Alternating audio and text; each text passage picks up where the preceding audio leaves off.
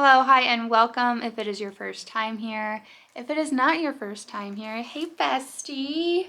Anyways, so we're starting a new vlog. It is May 28th. So I am still in the middle of Escape the Readathon. So my plan and my goal is to finish at least one more book by the end of the month. And then next month I am starting another readathon, and that is the Once Upon a Readathon hosted by Hannah Blackwell. So, sorry, it's like chaotic right now. My cats are just all over the place right now.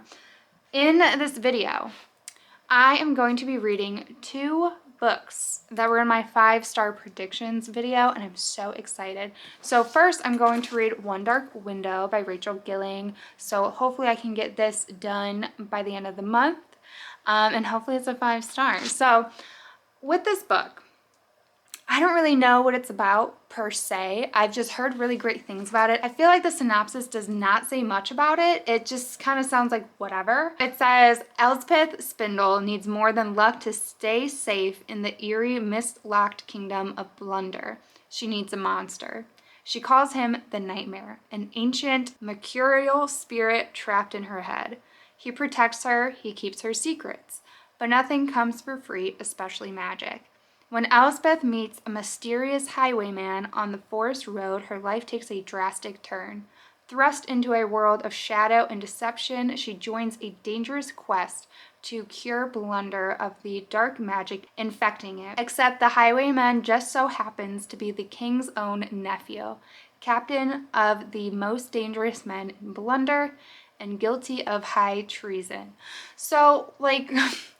Honestly, the synopsis doesn't say, like, it just doesn't sound like anything crazy or like that unique or fantastic. But what I've heard people say about this and how I've seen people react to it, I just think I'm really gonna like it.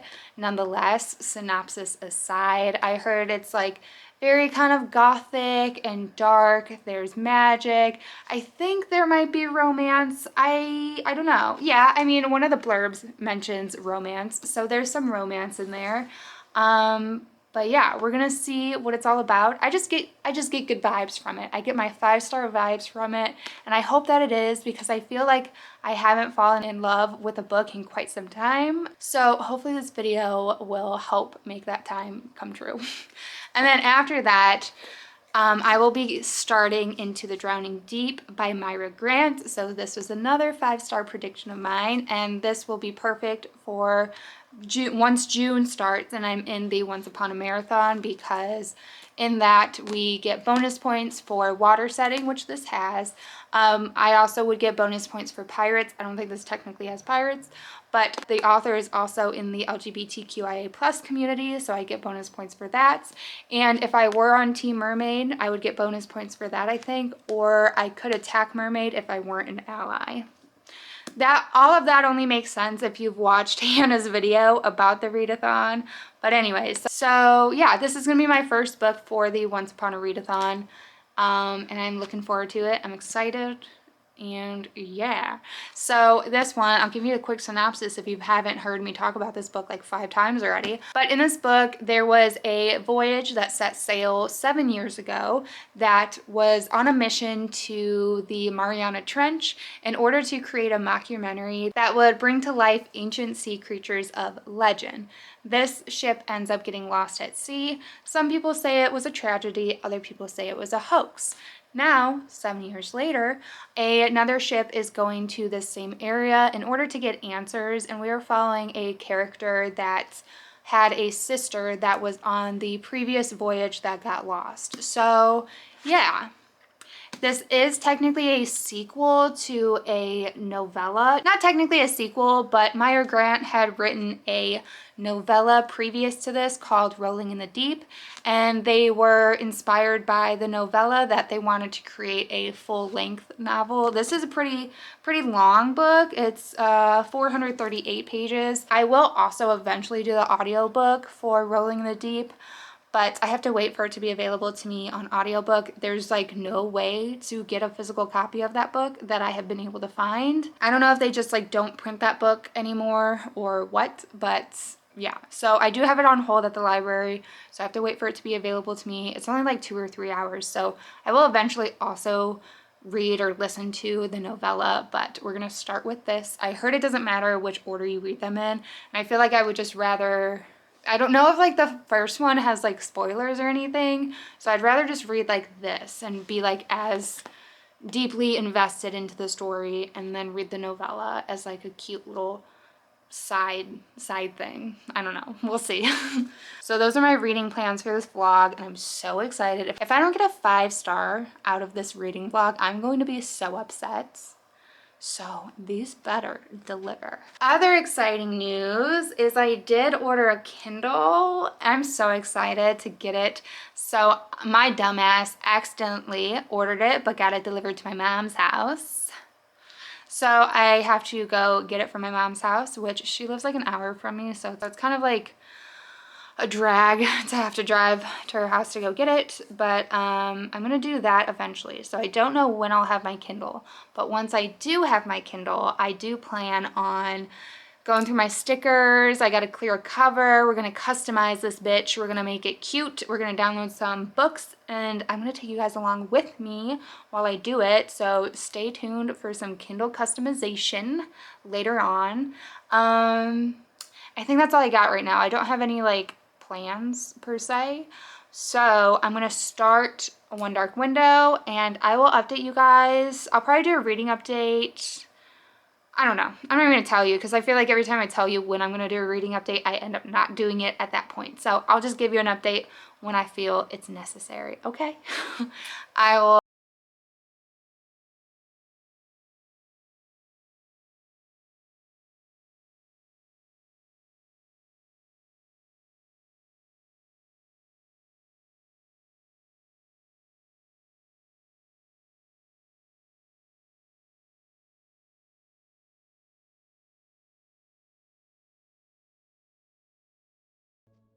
So reading updates on One Dark Window. I am on page 128, chapter 12, and I'm really enjoying this book so far. I'm reading it really fast. It's really good. So the beginning does such a fantastic job at really explaining the world, the magic, the history. So the magic in this world is so cool, and I really like it. I think it's really fun. So part of the history is that the spirit of the wood, there's like a bunch of history, but a quick little thing is like the spirit of the wood kind of created this mist that went over this whole world called Blunder. And when people would go, specifically when children would go into the mist, they would become infected. And with this infection, they would gain magic. But then also, the whole idea of this magic system is magic comes at a cost. So these kids that would gain magic from this infection would also undergo degeneration. And that would look different on different people, but pretty much it would just lead to the children's either mind degenerating, them just straight up dying, stuff like that. So all this magic comes at a cost. So no person themselves is like magic, except for when they get infected, but then most of the time they end up degenerating. So it's not like a lasting thing. But our main character, she had gotten infected when she was like 9, I think, and she survived the infection. So then she gained a type of magic, but she has really no trace of magic to anybody outside. So nobody really thinks that she has magic. So we kind of figure out if she does have magic and what that magic really entails. Now we kind of know right away that there's something going on because of this monster entity thing within her head. That was like a effect from that, but we get to learn the story and how exactly that played out. So it's really interesting. Then this king of this time also ordered all these people, or well, all the kids that would get infected, he ordered them to die. It's against the law pretty much to allow an infected person to carry on. So anybody that was infected was ordered to die. And yeah, so she was kind of stowed away and kept secret. So she didn't end up being killed as a child. And since she doesn't have any physical trace of magic, she's kind of been under the radar. That being said, the magic in this world is linked to cards. And I think it's so interesting and fun. So in this world, there's these cards that were created by the spirit of the wood. And there's all these different ones. There's kind of a lot of history and information with this world, and I love it. It's very satisfying, and I really understand, and it like despite it being like a fiction and like a fantasy, it makes sense how this world works. It's fully fleshed out, and I love that. So these cards, there's 12 different types of cards. There's like the prophet, the mirror, the nightmare, the maiden, and all these cards. The people that have them can wield the magic or the power that these cards have within them.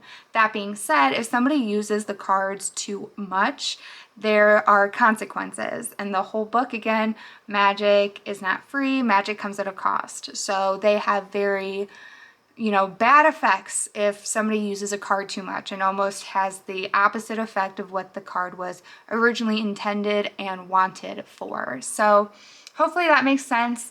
There's so much more that goes on with the magic in the world and the history, and it's really, really well explained and well done. And like, I'm surprised how well and how flushed out it already is this early on in the story. So there's really no aspect to it that's like doesn't make sense. So it's cool. I love it. At this point, we're kind of getting into this more political side of this world, and how our main character and how her being infected, how that's going to play into a bigger picture in this world, and the people that she comes across and the allies she's making. There's so much more to this book, and I'm just really liking it. I'm really enjoying it. I'm so excited to keep reading. So that's what I'm gonna do. Oh, you know what? Another thing I wanted to mention is we already know that she has this thing in her head that she calls the nightmare, because the synopsis does talk about that. And I really like that aspect too. They have an interesting dynamic, and I'm so curious how it's going to play out, if this like entity in her head will ever become like personified, or if there's gonna be like a power struggle between the two. I don't know. Right now they kind of just like talk. He talks in riddles. There's a lot of kind of riddles throughout this book. So if you're into riddles, there's a lot in this book. Not like overbearing, but yeah, the nightmare himself like talks in riddles, and each chapter has like a little kind of card at the like chapter heading, and it has like a riddle about the card. So you're learning more about each card as the book goes on and the chapters increase and stuff. So there is a lot of information, but it's good information, and yeah, I don't know. So I just wanted to say that too. There's a lot of kind of riddle talk in the book. I don't know. Maybe somebody would want to know that. So there's that.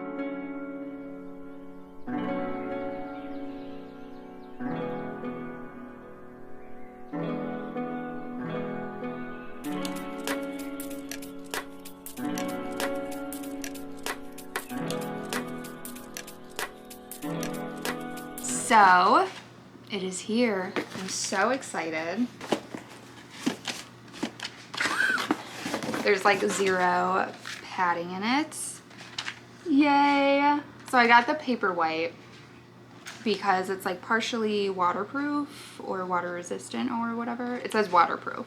So that's why I got that one.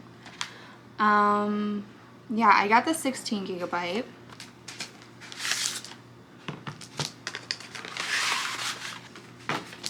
Here she is in all her glory.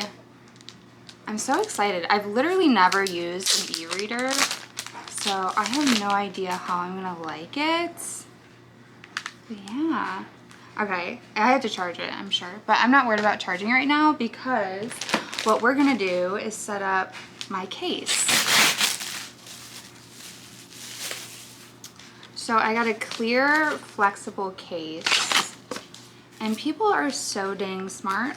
Instead of like committing to stickers, you just put the stickers in it.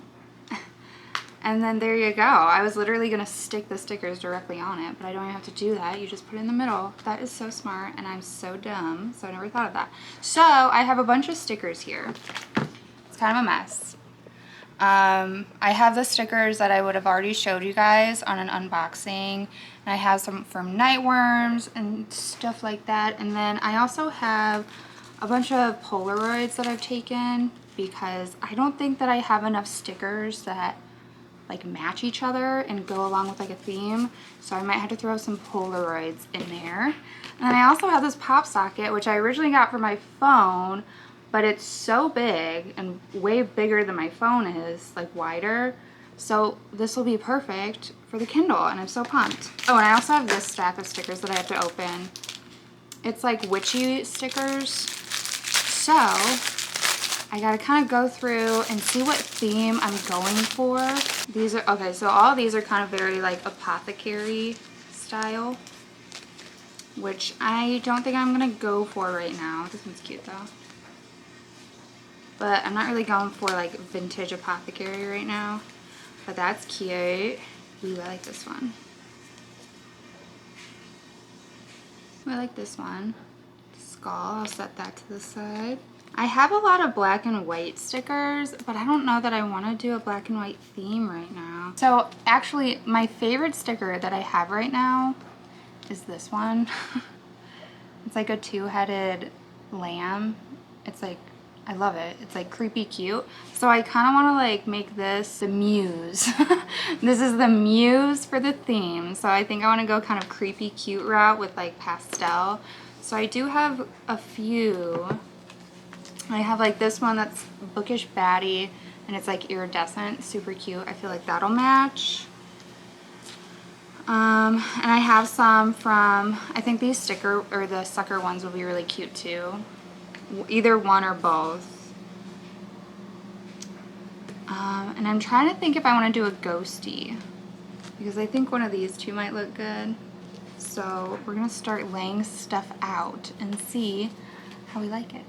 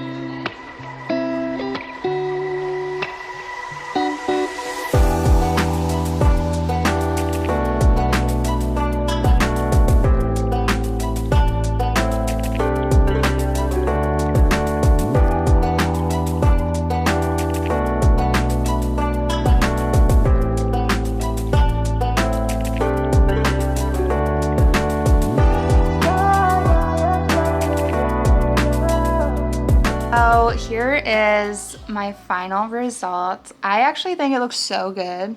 I decided to mix it up because I really couldn't get a good layout with just pink and stuff going on.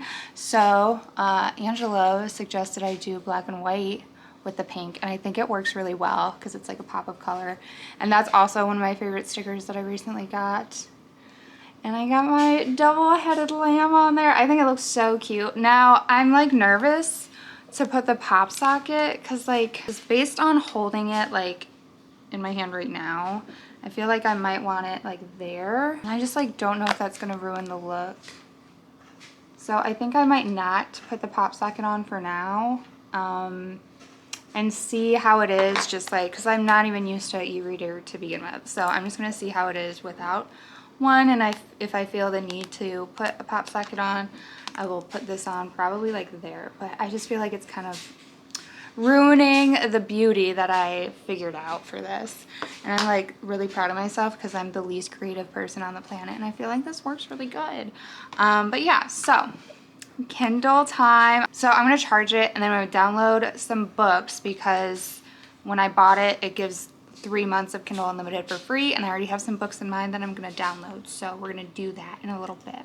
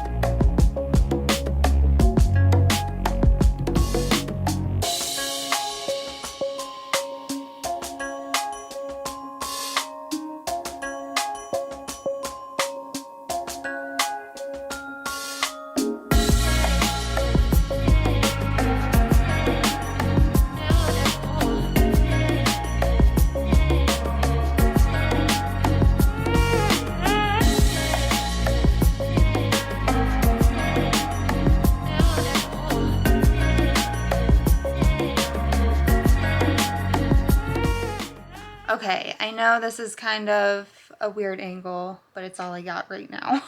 So I'm gonna have to make it work. Anyways, reading update. So it is, what is it? So it is May 30th. I have made much more progress with One Dark Window. I'm on page 313. So I have, I think like 80 pages left, maybe a couple more than 80 pages left. So very close to finishing this book. I mean, my feelings are very much the same. I'm enjoying the story. I really have enjoyed the magic of this world. Now, I do know that this is the first story in a series, so I don't necessarily expect this to, you know, wrap up very nicely. There's probably going to be a cliffhanger or something of the sort by the end. So it's just kind of building up right now. So after the update I gave you guys, the story took a little bit of a turn from just a lot of, you know, expositional world information to our story. So our story starts to go in the direction of our characters kind of going on a journey. I say that loosely because their journey, they're pretty much stuck in their city from all this mist, but they want to alleviate this mist. So in order to do that, they have to find some items. So our characters are on the mission to find some items. So that's kind of where the storyline goes. There is a kind of side plot with some romance, and there was a little bit of a spicy scene. Nothing super explicit. For me, just the right amount of spice. If there's gonna be some, it was cute. It's like 3 pages long, maybe 5 pages long. Cute, love it. Otherwise, I did want to say, just as additional information on the book, it does kind of read historical in the sense that these people are in a society with like a king and kind of like the high society, wearing corsets, doing tea parties, you know, whatever people do when they like walk around. I don't know. The like high society kind of stuff going on. So there is that, but it doesn't like feel super historical because in my opinion, the dialogue doesn't feel historical. So they're in a historical type of atmosphere, but they talk very modern. There's a couple of times, a couple of like sentences where they talk a little bit more like Old English or whatever, but for the most part, the characters talk pretty modern, and so it doesn't necessarily feel very historical other than like they don't have like technology and stuff like that. So that doesn't change anything for me, but I just thought that might be important information for other people. I feel much the same nonetheless. It's not necessarily feeling like a 5-star currently. It's a good book and I'm really enjoying it. It feels a little bit more probably like a 4-star right now. Maybe 4.5, just because I do really like the way that the magic system works. But yeah, I guess I'm not like totally obsessed with the relationship that's like in the works, but I'm a slow burn girly. I like a lot of tension, so I prefer that if it's going to be a series, for a romance to not really go anywhere the first book and it drag out even longer. But that's me, obviously. But these last 80 pages or so will really kind of determine that. So it could boost up to a 5, or it might just end up as a 4. We'll see. I'm going to try to finish this by the end of tonight. It is already, what time is it? It's already after 6. It's 6:06. Which for a lot of people, it's like you have all night. I wake up at 4:30 in the morning for work, so I go to bed very early. So I'm usually in bed or getting ready for bed by 8. So I have a few hours, depending on how far I am by like 8. I might try to push my bedtime a little bit. But so we'll see. It does read pretty fast, so maybe if I just buckle down and straight read for the next couple hours, I will be able to get this done. But I will update you guys and give you my final thoughts once I do finish it, hopefully tonight. Here, you want to come here?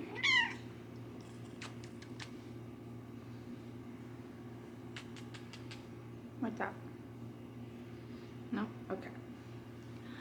So, reading updates. It's been a couple days since I updated you guys last. It is officially June 1st. So I did actually end up finishing One Dark Window the last time I did an update with you guys. I ended up finishing it that night. I just wanted to sleep on it, think about my thoughts, and then get back to you guys. So I've thought about it, and I've thought about it, but I don't know how I feel about how it ended. I don't know how I feel about it. Obviously it left off where it's going to like, the story's going to continue on in the next book, but it just went like, what happened? I'm just so curious, but not necessarily in the greatest way, where the story's going to go, like what direction it's going to take. Going into the second book. So I don't know how I feel about that. I can't say I'm the biggest fan of the like very last minute direction it went in at the end. I could see that that was probably where the story was going to go. I guess I didn't expect it to happen so soon, and I don't know how I feel about it, because then it feels like the second book is going to be kind of missing something. If like, I don't want to say like spoil anything obviously, but I feel like it might feel like it's missing something unless something is resolved very early on in the second book. So anyways, wasn't the biggest fan of how it ended, but nonetheless, I did enjoy the story. Again, the magic system is so cool and unique. I really like the world and the magic system in this book. The romance was whatever. I didn't hate it, but I wasn't like obsessed with it. I'm a slow burn girly. I prefer a lot more tension and a lot more build up to relationships, so I would have preferred that. So yeah, I'm gonna give it a 4. I think it's a 4. I still really liked it. I still recommend it for sure. I think that there's supposed to be 3 books, but don't quote me on that. I am curious where the second book's gonna go. The second book should be released October 18th, I believe was the release date. So I will definitely read it very soon after it comes out. It wasn't a 5-star, but it was still a very good book, and I did really enjoy my time with it. Honestly, I think a book like this, with like this intense of a world and such a different dynamic, I would have preferred it to be like way longer of a book, honestly, which is probably like not most people's take, but yeah, I would have preferred it to actually be longer and for these relationships to have been more so developed over time. But yeah, so still recommend it, still had a good time. Yeah. So then I did end up starting Into the Drowning Deep by Myra Grant. I am on page 135 and I am really, really enjoying this so far. I'm having a great time. So far, like nothing crazy has happened, but you do find out very early on, I'm talking like page 4, that the original ship was in search for mermaids, and this like footage was found that had a creature in it. And so it's kind of a area of contention of whether it was real or a hoax of like the existence of mermaids. So you know right away like what the deal is. I really enjoy the cast of characters. We have such an array of characters in this book. We have Tori, who is the girl whose sister was lost on the original voyage. And then we have like a doctor that studies mermaids and sirens and sirenology specifically. We have these 2 people that are like big game hunters. We have a reporter. We have these twins that also do other stuff in oceanology. We have an extremely wide cast of characters and I freaking love it. So we are at the point where the second voyage has taken off and they just got to like the Mariana Trench. And yeah, so the whole time we've just really gotten so far to know the characters. We get little peeks into what everybody's doing on this vessel, and I just think it's really cool and really interesting. There's just so much going on, and you get to see everything that's going on in all these different groups of people and all these different areas of the boat, all these different motives, and yeah, so I'm really enjoying it so far. I guess it would be considered like a slow build up for some people because like no real action like horror has necessarily happened up to 135, but I love getting to know our characters. These characters are extremely dimensional, and yeah, there's a lot of them, but extremely dimensional, extremely unique. They each stand out on their own, and I really enjoy the aspects of marine biology and oceanology and sonar and all these different aspects to, you know, being a scientist that studies the ocean or studies marine life. I think it's really cool and interesting, so I'm having a great time. And I'm really excited to see what happens and what goes down. And I did also end up starting the audiobook for The Deep by Nick Cutter. I am 39% of the way in. Real quick, the synopsis for The Deep is that in this world, there was a plague that broke out, and it would cause people to get sick with what they would call the gets, like G-E-T-S, the gets. And it was an illness that was very much like dementia or Alzheimer's, where it would make people forget very small things at first. It would escalate to their body forgetting how to function. So at that point, it would become lethal and they would die. So there's this possible cure that is found to be in the Mariana Trench, and they call it ambrosia. So our main character, Luke, that we are following through the story, his brother is actually one of the scientists at this lab that was built 8 miles into the ocean in the Mariana Trench. So he is going there to figure out what's going on because they have lost communication with the lab down there. So he goes and has to descend to this lab and figure out what's going on. So this is really good so far. I'm really enjoying it. It is definitely in terms of like, because I'm like 39% in the deep and probably like 30% into the Drowning Deep. The deep has already been way more, I guess, like horror action happening. So it's definitely already very eerie, very claustrophobic for sure. And it's very true to Nick Cutter's writing style, which I love, but then there's also a lot of bug horror, there's some animal horror with some like animal testing going on, so keep that in mind, and some physical stuff, a lot more kind of, he talks a lot about like pustules and like medical type of gross stuff going on. But the writing style is very true to Nick Cutter, so I'm enjoying that because I really like his writing style. It is very, very detailed, and he can create quite an image in your head with the way he writes, but it is very good. It is kind of structured in a present to flashback type of scenario, so we're really mostly following Luke, and we kind of find out like what he's doing in the present, going to the Mariana Trench, but then we kind of also get information of his life before this moment. He was previously married, he had a child, so we learn about kind of that stuff too on the side. The audiobook narrator, his name is Corey Brill. He did the audiobook for The Troop as well, and his voice is literally just like so perfect. I feel like specifically for Nick Cutter books, it really, really just sets the scenes. The narrator is like fantastic, so if you are planning on either reading The Troop or The Deep by Nick Cutter, I thoroughly recommend doing the audiobook because the narrator is fantastic. He just adds such a creepy layer to it, and I love his voice, and it's very well done.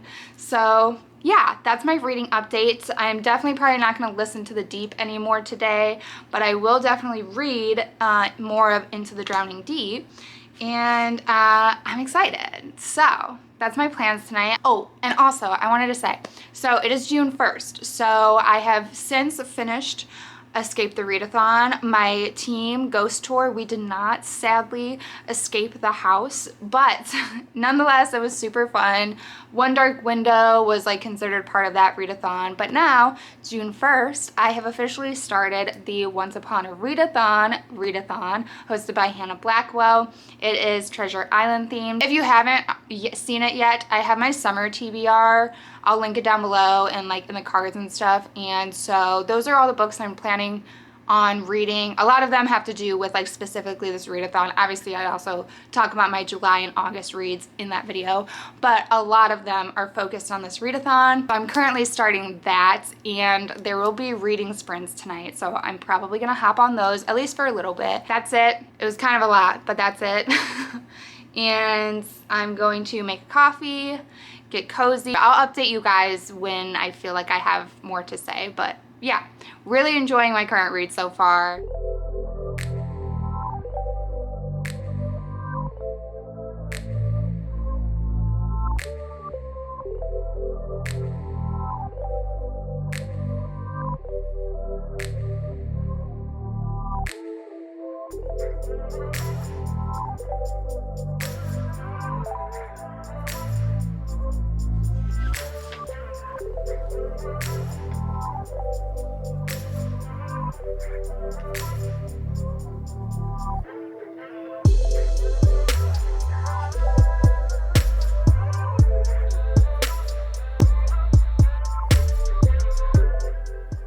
Hi, so I have finished a couple books. I officially have finished Into the Drowning Deep by Myra Grant. Final thoughts, I did really enjoy this book. It has much more science than I expected it to, but I really liked it. I'm a science girly, so I enjoyed it. But yeah, it's heavier on the science, not like heavy, like so heavy you won't know what's going on, but they're just approaching the research very scientifically. It kind of gave me vibes of like The Arrival, if you've seen that movie. It kind of gave me like a little bit of those vibes. Obviously like totally different circumstances and situation, but there's like a tiny aspect of the book that reminded me of that, and I just thought it was really cool. So yeah, I enjoyed it. Like I said before, the cast of characters is so vast, and I just thought that that was really cool. There was a lot of variation of characters too. We had some representation of some deaf characters. We had various characters that were in the queer community. So it was great. Very well written characters, well written story. My only complaint, and I do unfortunately have a little one, is at the end. Like, I don't mind necessarily how it ended and, you know, the big resolution, but the epilogue, like, we got so much detail up until that point, and the epilogue doesn't follow up on enough characters, in my opinion, or doesn't follow up on enough things, in my opinion. I wanted to have like a final something of just everybody that we could have had a final something for, if you catch my drift. So yeah, I kind of wish the epilogue was actually longer, or after the big climax, big resolution, big reveal thing, there was just like a little bit more follow-up, just like a little bit more. But nonetheless, I'm giving it a 4.5. So very, very close to a 5. Unfortunately, neither of my 5-star predictions were true 5 stars, but no, they were still very good. This was very good, and I really enjoyed it. Lastly, I did end up finishing the audiobook for The Deep by Nick Cutter. So, final thoughts on this. I know I didn't give like many updates along the way, so I'll do a quick little like update follow-up and then final thoughts. So to follow up, we do end up going down into this lab with our character Luke, and pretty much while he's down there, the vibes are off. The vibes are very off, and he starts to have a lot of very vivid and very kind of terrifying nightmares. And yeah, it's kind of a question of, is it just like the sea sillies where people start to kind of like lose touch with reality? So final thoughts on that. You know, I don't know. So the audiobook narrator, again, is fantastic. Like, he does an amazing job. But the story itself was a little bit, I don't know, a little bit jumbled maybe. I don't even know how to really describe my feelings. There was some aspects to it. There is more animal kind of testing, torture situation. So there's a little bit more of that, and there's a really kind of sad scene where a dog dies kind of brutally, so keep that in mind.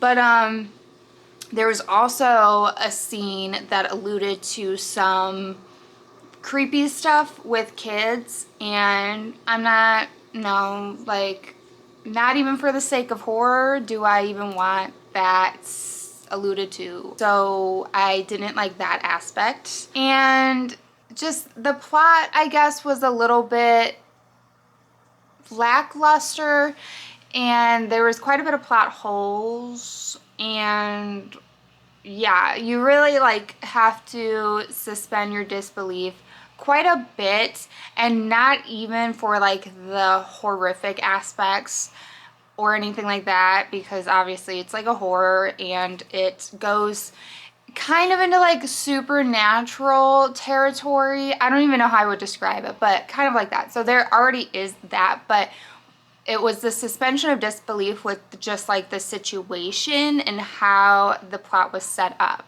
And the book even acknowledges that it kind of just happened like that. Like, the book literally says that the lead up was like coincidental in a way. There's like other stuff too, but yeah. So I don't know, the point of the plot as far as like the build up and whatever was like not convincing. It had like a little bit of Stephen King's It vibes, a little bit, like a tiny little bit. And I'm basing that off the movie. I've never actually read it by Stephen King, but it had kind of a similar element, but not really, but kind of. That's like the best I can think to compare this to. There's definitely a lot of imagery, vivid imagery, a lot of body gore. The characters themselves, I just found I didn't care about any of the characters, even our main character Luke. I'm like, am I supposed to like you? Because at certain points I thought that he may have been not such a good person. He was giving me weird vibes for a minute, so I didn't even know if I liked Luke. His brother Clayton's just a pure asshole, and that's like all he is and all he's supposed to be. So like I didn't care about Clayton, and even the other people on the, like in the lab, we didn't like get to know them much, so didn't really care about them. And the one, like